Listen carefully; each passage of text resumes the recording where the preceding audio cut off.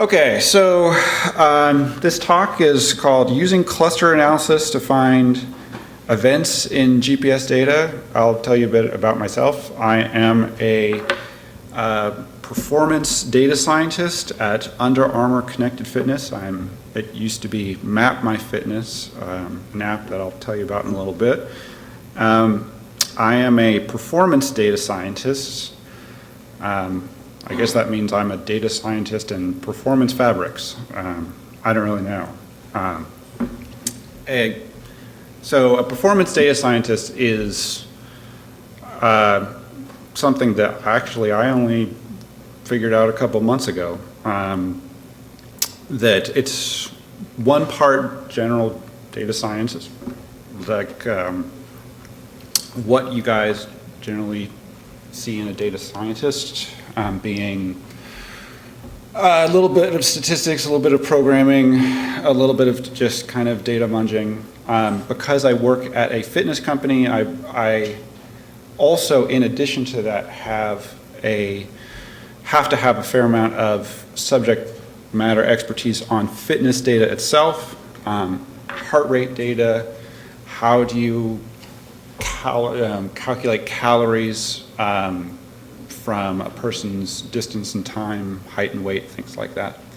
And then the last thing, because Map My Fitness overall is a consumer data product, meaning that what we actually provide to users is we take lat longs and things like that in, and then we give them splits for miles and how far you went and lots of kind of badges and ride on and that kind of thing.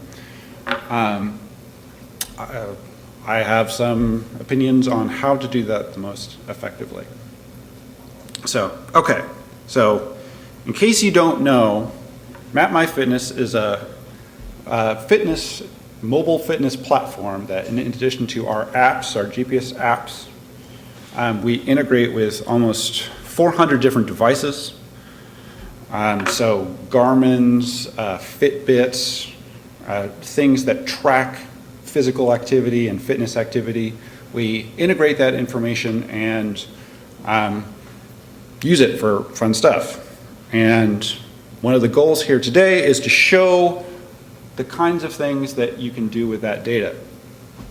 And not, a lot of people think that my job is just to basically do fun stuff, and to some extent it is, but at some level I have to provide some value to the company in some way or another. So putting that into a product, give it some kind, our marketing teams or our other product groups to have some kind of resource for them. So, okay. So the plan here is to use Pandas, Matplotlib to look at a single day of data. And I will do something a little bit more advanced, which is to take a clustering algorithm and apply it to that data specifically for the purpose of finding events. And then I'll do some checking and then say, hey, look, this is great, what can we do with it? So just as a show of hands, how many people have used Pandas or IPython Notebook? Lots of IPython Notebook, not many Pandas. How about NumPy and SciPy? Okay, good. So yeah, because I've noticed that occasionally working in a Python shop that there's a lot of people who don't use NumPy and SciPy, and that's usually my basic primitive of where I work. So sometimes those conversations on how to do things, when I show them my code, for some people it looks pretty weird. Okay, so let's import some stuff in this notebook. These slides, by the way, are created from an IPython notebook in this latest version. If you want to see how to do that, come see me afterwards. So I import a whole bunch of stuff. To be honest, some of the stuff I have are these nice little utility functions that I have written for myself. So first, we're just going to take in some data from a CSV, and we're going to pull it into a data frame. This is from a query that I ran, and it pulls in data from February 16th, 2014. The reason I chose that date, it's the day of the Austin Marathon, so since we're trying to find running events, at least I know that there's one in there, and I know when and where it should be. So let's take a look at what these data frames look like.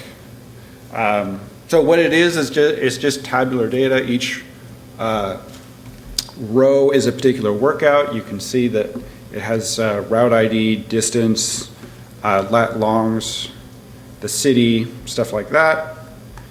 And it's a lot of data.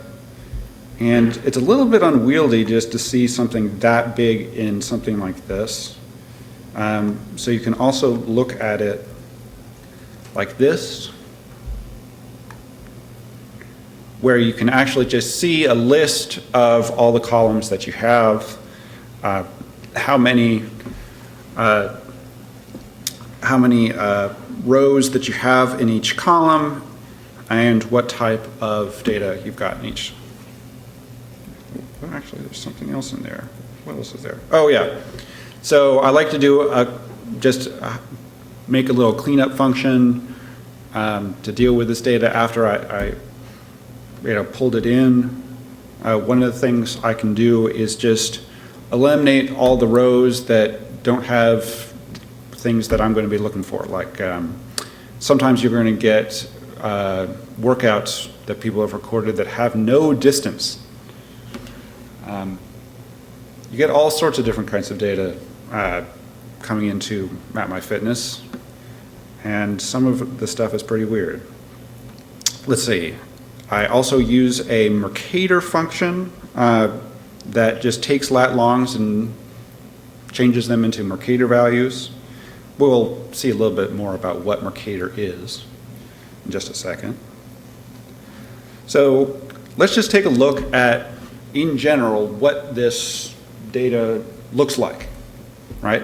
I mean, I told you this number of 500,000 workouts just a second ago, and that's 500,000 workouts for one day, right? So what are we really talking about here? Well, one cool thing with pandas is that you can just basically take your data frame, take a column, and just basically in one line make a histogram of the stuff that you want to take a look at. So we have in our data mostly runs. I see by the people not going like this that the text on the bottom is pretty small, so I'll just read off that the biggest one is run, then the next one is walk, the next one is bike ride, and then after that hike, and then winter sports. So in general classifications for one day, these are the most common things that we've got. Now this is February 16th, so most of the US is going to be pretty cold. So, I mean, if you're wondering about our data, we actually just would get a lot more bike rides, say, now, or in August, or in the summertime, right? That kind of thing. So we can take our running distances and make a histogram of that. And we can take a look at it and see that there's a kind of a spike at 13 miles. And though you can barely see it, there's a spike at 26 miles. And that's good because we know that there is at least one marathon in there. So we should see over normal, right? There's not that many people who just decide to go and run 26.2 miles for the hell of it for no reason. So yeah, so we shouldn't see that necessarily every day. So where are some of these other people not in Austin working out? Well, let's take a look. So here's a little function that I wrote, or a little slice of code that I wrote that actually puts all the data on a singular map. So I have a little function that can pull a Google map. Google has a static API that has a convenient way of just giving you a map. You can style it in a lot of different ways. You can, how Google, the maps that you see all have lots of names on it and, of various points of interest and roads and things like that. You can actually use Google to get just PNGs of all sorts of different maps that you want, right? And you can basically style it also the way that you want. So if you want to find that out, let me know. So I pull it, I save it to a file, I show it, and then on top of that, I am just going to loop through and find my runs, my walks, and my rides. And I'm going to just plot those values and those Mercator values in X and Y. Now, so this will tell you a little bit about A, what our data looks like, and B, what a Mercator projection is. This is what a Mercator projection is, right? That since the Earth is a globe and you need to project it onto a flat surface, this is one of the most common projections that people use. And by far, this is the one that I look at the most. So you can see, that we have mostly data in the US, but we have fairly good coverage in Europe, some in South Africa, a fair amount in Australia. And remember, this is just for one day. So, any questions so far about this data? No? Okay. And what I'm just pulling is their starting lat longs and converting them to these kind of Mercator values of X and Y, which conveniently corresponds to the points on this image. So, okay, so you can see we've got a lot of data, and somewhere within that data is a whole bunch of events, right? We know that on this day that the Austin Marathon happened, so we know that there's going to be lots of runs in there that are 26.2 miles, so we could go searching for them, but we don't know where the other ones are. On this day, that there are other running events, and we don't know where they are. And so how do we scan for this? Well, the thing that we're going to use is a clustering algorithm, and I'll give you some sense of what a clustering algorithm does. So let's say we just take a bunch of random points, right? 200 random points, and this, so I'm putting this into basically a big array called X, right? Where X is 200 by 2, and I just plot them, right? So these is 200 points with both an X and a Y, right? So, and now we want to have dbscan, this clustering algorithm, to find a cluster of points that are within 0.05 of each other and have at least 3 points to a cluster. That's how dbscan works. There's a lot of different clustering algorithms out there, right? Clustering in general is just basically defining some parameters and grouping things, and clustering algorithms are great because figuring out how to basically parse a whole big vector and find a whole bunch of observations that are fit the parameters that you want. That you can research how to do those things, but I mean, on a practical data science level, the main thing that you need to know is just how they work, what the rules are, get a practical knowledge of them. And that's a lot of what things like SciPy can provide for you, is just a way to try them out. So you write some code, run through dbscan, and the way that it's going to give you this data back is going to give you it in terms of labels.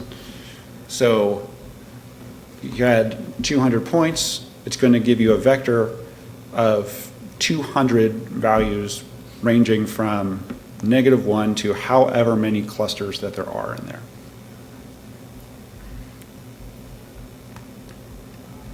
So in this case, you can see that it found 200 points. Out of these 200 points, it found what? How many is that? Like 15 different clusters, right? Each with that having at least 3 values and being 0.05 away from each other. Pretty neat.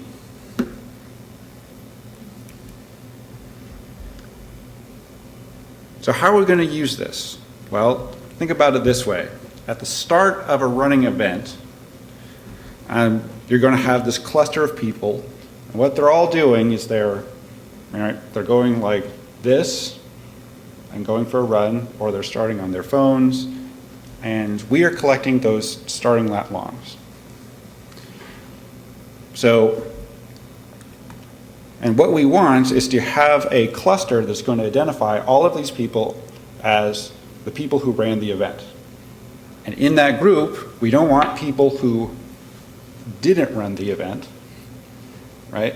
And we don't want to miss people who did run the event, and we're not including them. So what we're going to do is we're going to apply this same dbscan algorithm, but we're going to make it basically work in both space and time to find all of these tracks, right? So what you initially have to do is just make a guess of the behavior of the people at these start lines, right? That they're going to be approximately 200 meters away from each other. They're going to do a similar distance, and I'm going to say within 1 kilometer. I mean, to some degree, you learn a little bit about the behavior of people, because sometimes people warm up for a particular event, and they want to track that warm up too. So you will find people who will run a half marathon, but they'll actually run 15 miles, not 13.1 miles, because they spent a mile warm up and they tracked that. They also started their event slightly before everybody else, right? So you want to basically include a little bit of error, especially since you're also dealing with GPS, and even if they are doing the event and only starting and stopping for the event itself, GPS is not perfect. So, and here's another problem, that we're trying to find points that are, we want them to, say that they're on a, in a nice, right, flat Euclidean distance, but what we're actually given are lat longs. And we've translated them into Mercator values. But those Mercator values actually vary depending on latitude. So if you went to Ecuador and you said, and you were standing on the equator, and you said, okay, show me a square box that is, 1 Mercator value by 1 Mercator value. That Ecuadorian probably wouldn't understand what you're talking about, but if he did, he would say, okay, well, it's about 1 meter by 1 meter. Now, if you go up to some Finnish person in Finland and do the same thing, so they're going to actually show, really 5 minutes? Oh my gosh. All right. we're going to actually, the finished person is going to actually show you something that's closer, actually over 2 meters by 2 meters, right? Yeah, yeah. And what's actually interesting about it is that the Mercator values actually don't, they don't morph, for me, one way or they don't actually morph one way or the other. A square remains a square. So I actually proved this to myself by making this graph to myself, right? Where I actually just found distances between points, both in meters and Mercator values, and did it at various latitudes. And you can also look at this and see what latitudes for our actual countries, and just kind of testing your geography. I did not necessarily know that Great Britain was that much at a higher latitude than I thought, right? You kind of think of them as, right, east of us. You don't think of them as east and substantially north. Okay, so given that we're going to have to accept that this clustering algorithm is going to have this slop in terms of the initial spacing, we can run it anyway and get our labels. The next thing is to evaluate our results.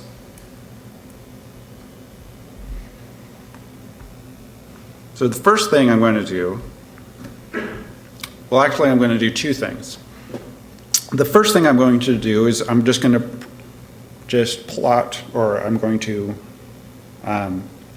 print the event ID, the number of workouts that were in that event, or basically everything with the same label, and the min and the max distance of all those workouts, and the min and max start time. That's what you see here.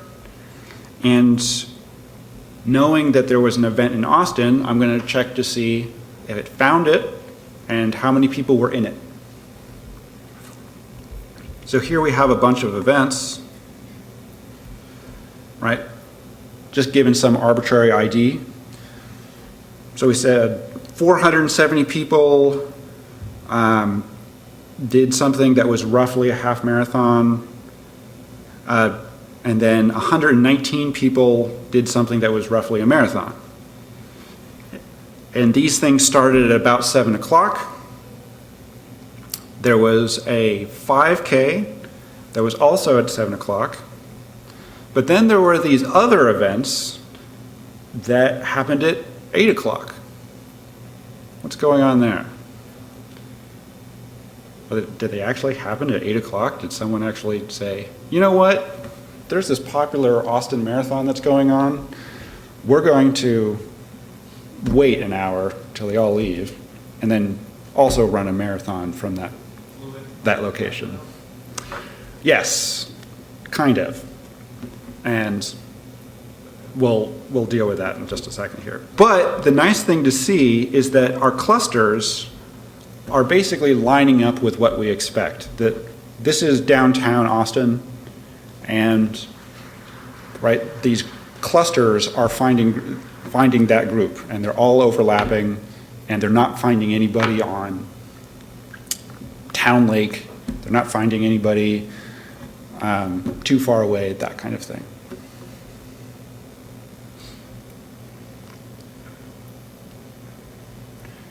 And so if we just said how many people found 13.1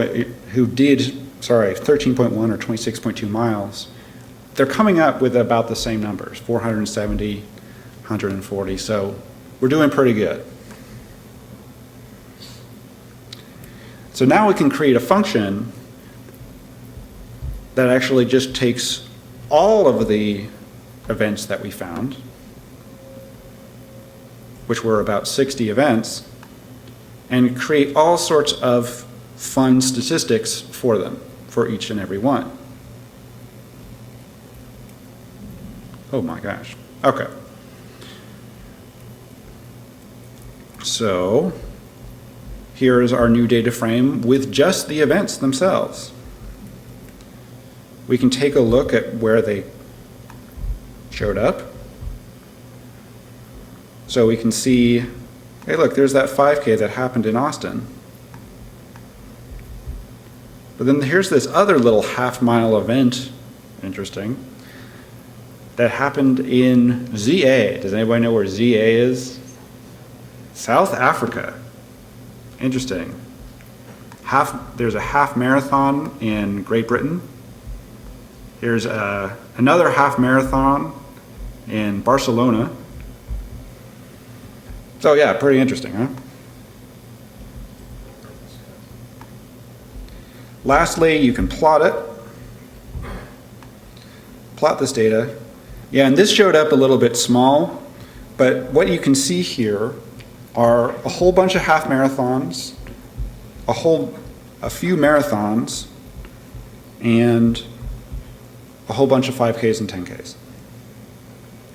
So in the interest of time, maybe we won't delve into time zone issues, but there's basically a way that you can solve for this problem, or at least compensate for this problem, by putting those events in the same cluster using the same clustering algorithm, dbscan.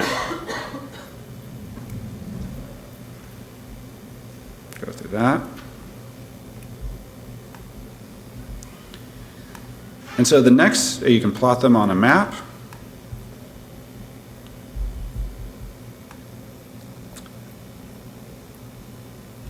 But then we'll come to the last question, which is, so what? What can we do with this? So you do this for one day, and you get a whole bunch of workouts. So then it becomes the question of, well, what can you do with this? And these are the types of questions that we have to ask at MapMyFitness, saying, okay, so what are we going to do with a whole bunch of event data? Well, since we basically have a good sample of all of the different 5Ks, 10Ks that happen, on the planet, we can actually give people rewards for being the fastest 5K and 10K runner on the planet.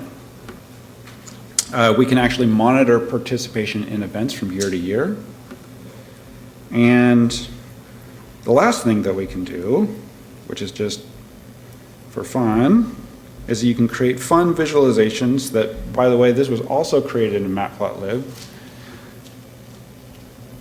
As you can just find events to visualize.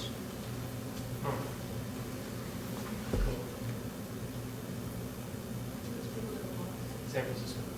Yes, this is San Francisco. The event that you're seeing is a running event called Beta Breakers. I don't know if you can see this, but in a moment you'll see a person that I like to call Mr. Jesus. You see him? Yeah, he's classified as a walk, and he's walking on water. I see that again.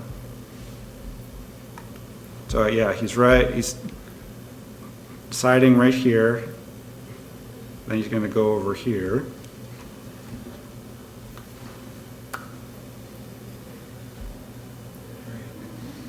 There you go.